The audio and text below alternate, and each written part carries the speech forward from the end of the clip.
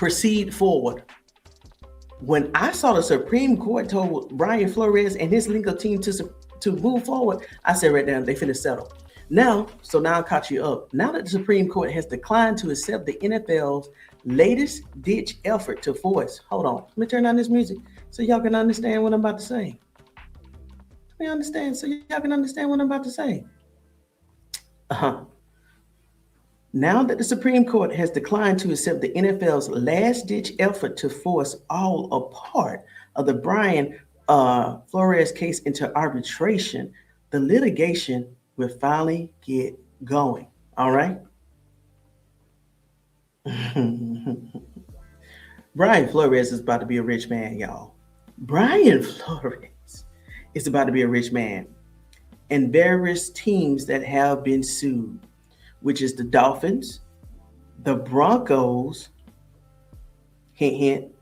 And I do want to, you know what? This ties back into the Russell Wilson.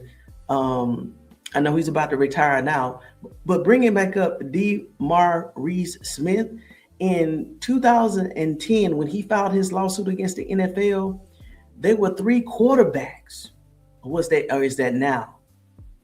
Well, he filed a lawsuit against the NFL on how they were treating black quarterbacks, especially after Deshaun Watson got his guaranteed money, so it had to be recent. It was for Russell Wilson, Lamar Jackson, and Kyler Murray. Okay, so this thing goes deep. So going back to, so that's why I brought up the Broncos. So the Dolphins, the Broncos, the Giants, the Texans, the Cardinals, and the Titans. Ooh, now that's interesting. Plenty of the witnesses, starting with the commissioner, did not say that Roger Goodell should also be investigated. I'm sorry, allegedly investigated. And any owners will not react well to being verbally poked, prodded, or pressured for any thing beyond the predictable default position. We didn't do nothing wrong. Listen, y'all. This is also why I said that the NFL is going to settle. Can you picture Roger Goodell sitting on the stands and Brian Flores' legal team can ask him anything they want to? What if that man get up there and stumble and say something wrong? That's another case brewing. What if that man gets up there and say he knew something, right, that was legally wrong? That's another lawsuit. What? What if that man gets up there and implicate another team that has not been subpoenaed? Oh my gosh, that's another lawsuit amendment. The Brian Flores settlement agreement of punitive damages can just continue to rise. Now, we already went over, based off my research, the first time that he filed that lawsuit was only for $100 million. I said, no, Brian, no, Brian, you should have did more than that. Now that he went back and he amended it to include retaliation, I hope he also increased that amount.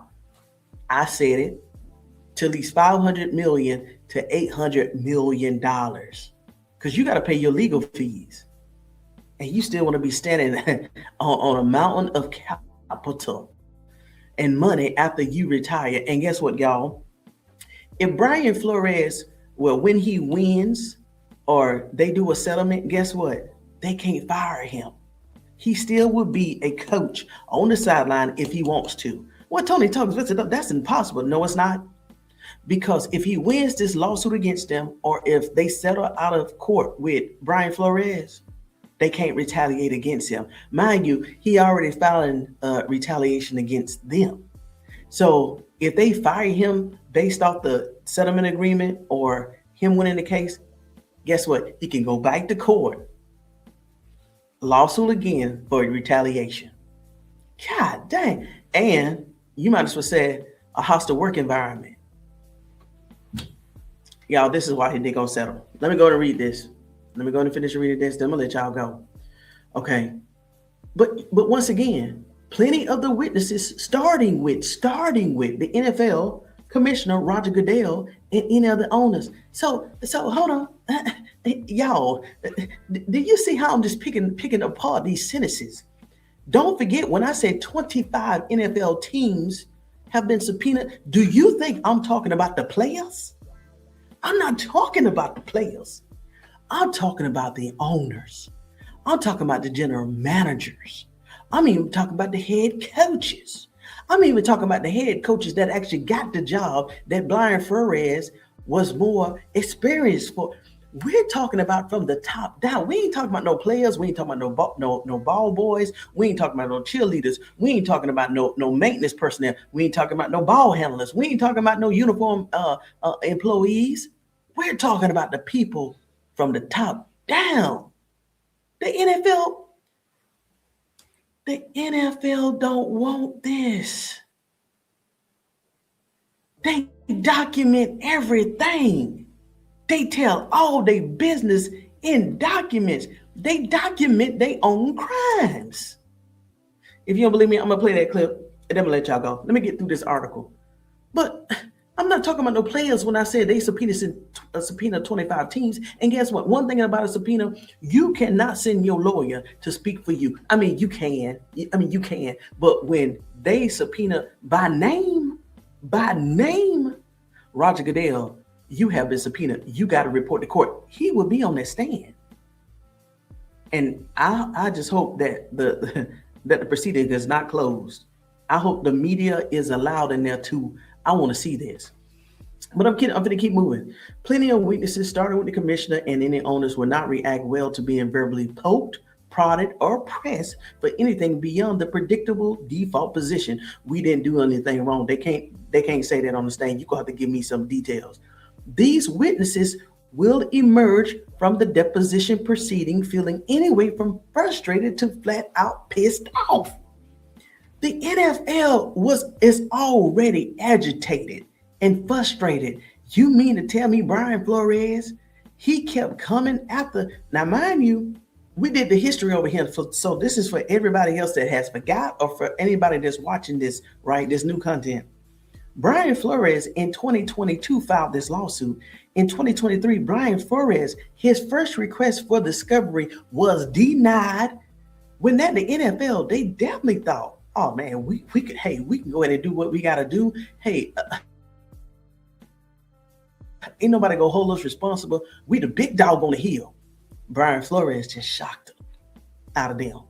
Brian Flores, this case right here just shocked her out of them. What? His second motion for discovery was approved. Who approved that? Now the NFL, forget a Shedeur Sanders fans. The NFL got. You think the NFL is staying 2026 NFL? What? Season coming up? Brian Flores should be a very rich man walking. Hey, y'all, guess what? Remember when I did my homework and I said other black coaches had filed their own lawsuits? Well, guess what? I got two more names. Flores, along with other plaintiffs, Steve Wilkes and Ray Horton. They would dig some more to make the process as uncomfortable as possible. This is the NFL. They'll throw mud at the wall. They'll throw mud directly at the plaintiffs. They would try to catch them in any potential misstatement. This is now, so listen to what I'm saying. So the same thing that they would do towards Brian Flores, right? Brian Flores' legal team will do the same thing to the NFL commissioners. So they better be careful when they do that. This is why I said they need to go ahead and settle this big.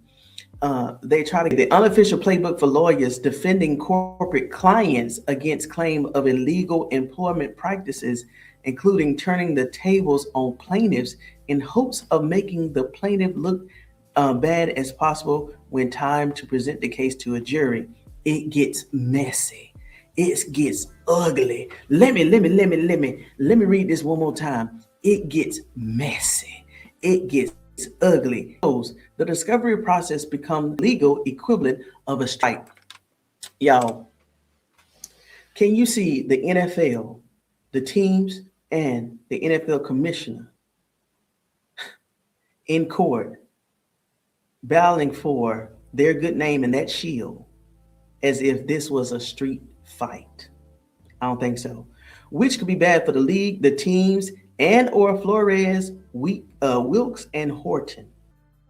Court rejecting their appeal, but I think that from the NFL's perspective, and I try to put myself in the shoes of the lawyer representing the NFL, my position would be, let's fight this arbitration issue tooth and nail, and then when it's resolved, let's see how. If the case is going to go to arbitration, then, it's got one value. I got excited because, hey, if you don't believe me, hey, it was somebody from the other community talked about the text messages. Be careful what you put in the text messages or what accidentally could come out in discovery. The NFL don't want this. Let me go back. And I was asked whether or not I think there's been settlement talk so far. I don't think there would have been, because there's no reason to at this point. Now, maybe when the NFL had its appeal pending before the Supreme Court, there would have been value in trying to settle the case so that they don't get a decision from the Supreme Court rejecting their appeal. But I think that from the NFL's perspective, and I try to put myself in the shoes of the lawyer representing the NFL, my position would be, let's fight this arbitration issue tooth and nail, and then when it's resolved, let's see where we are. Mm-hmm. If the case is going to go to arbitration, then, it's got one value. Mm-hmm. If we don't want to fight the whole thing to the end. If we're in open court, that's when we got to ask ourselves, do we want to avoid having certain facts come to light? Okay. Do we want the media to find out snippets of testimony, images of documents, text messages that may show that someone said something they shouldn't have said that helps to prove any of these cases?